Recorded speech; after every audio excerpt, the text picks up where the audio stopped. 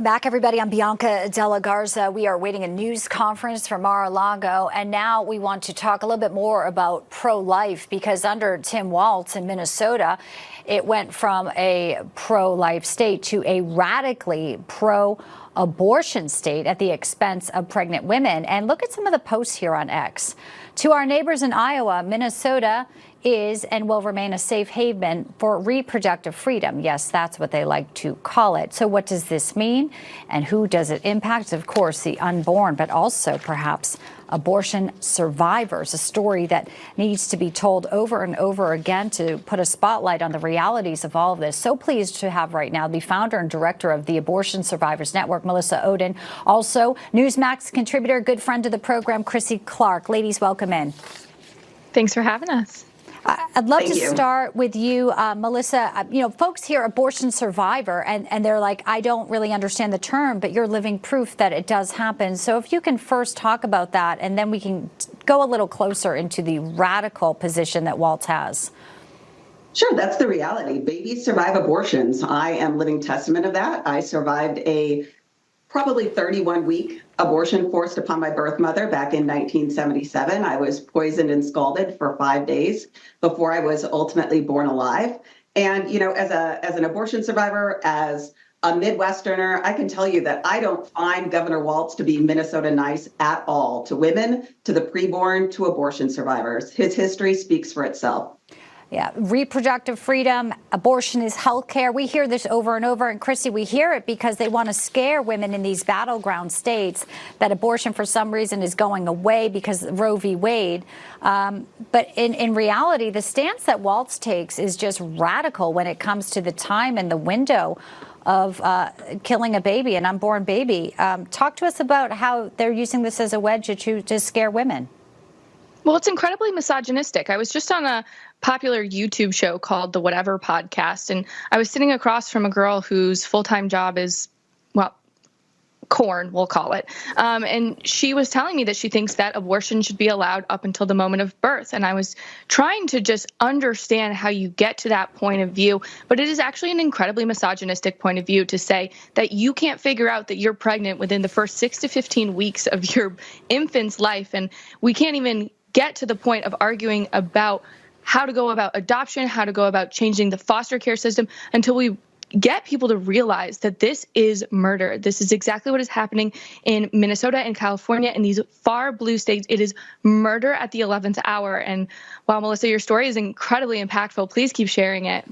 Yeah, it is so impactful. And, you know, obviously one that's not told, I think, enough. So his policies, Melissa, he has actually done something that if it was a baby that survived an abortion would not have access to health care and live, which is exactly what happened to you. Tell us about Walz's ruling there in the state.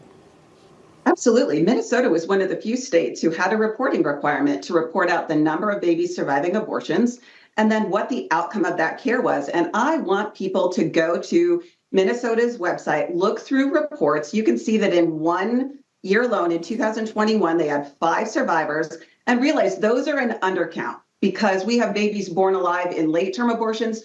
We have continued pregnancy after early trimester abortions, okay? This is a thing. We need to do a whole conversation about how this really happens and how many women carry an abortion survivor and people don't even know it because we don't talk about it.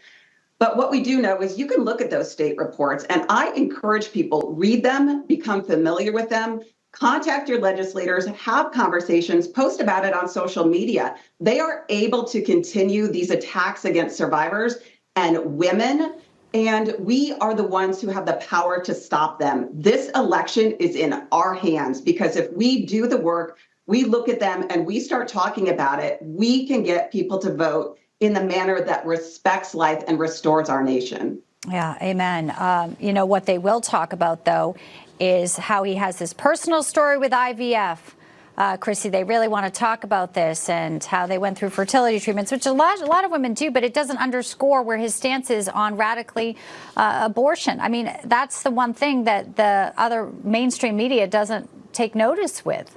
It's going to be this shined up, glowing version, kind of like what they're doing with his military service, even today with the allegations of stolen valor. They gloss over what they want. They just drive their own narrative.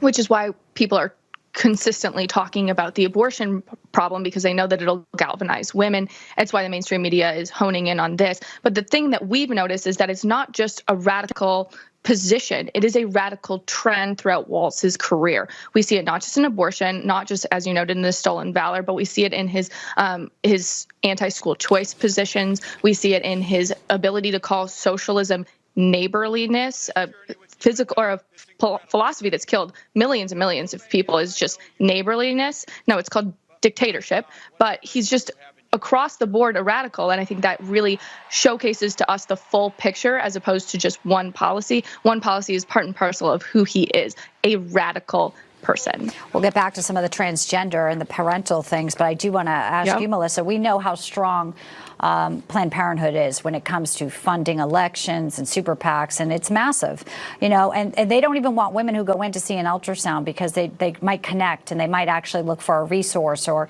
perhaps consider adoption, consider the options. There are so many people that want babies. There are so many places that will help women struggling. Share a little bit of that if people are you know, considering. There are places you can go to get help, and it doesn't sometimes cost you a thing. There's a lot of churches and communities there, Christian groups. John Hagee, one of them in Texas, they have a home for women who are pregnant. Come in, we will take care of all your medical expenses. Well, one of the stories I want to share with you that I think highlights this comes out of Minnesota. I met a mom a number of years ago who went to Planned Parenthood. This story is floating around the news, but I've known them for years. This woman went to a Planned Parenthood, had an abortion that she started at about 22 weeks. There was a dioxygen shot delivered to that baby's heart that should have stopped it. On the second day of the procedure, she went back and had an ultrasound performed to ensure that it had worked. Guess what? They found that there was still a heartbeat. Wow. That's when Planned Parenthood started to say, you know what, we don't usually talk about this, but if this baby is born, we would break the baby's neck. Okay, that's Planned Parenthood. Thank God this woman knew that there were people out on the sidewalk who were showing her real love and real support. That little kiddo is now in grade school. No thanks to Planned Parenthood. That is the difference between Walz and his agenda and the people in the pro-life movement. And that's it. It's brutal to hear, but don't let them fool you with this reproductive freedom, because this is exactly what they are for. What a testament to that mom and that story. Thank you for sharing, Melissa. Chrissy, really appreciate your thoughtful comments. And we know you're talking about this issue as well with your platform. Very important for all women to hear this other side. Thank you both. Thank you.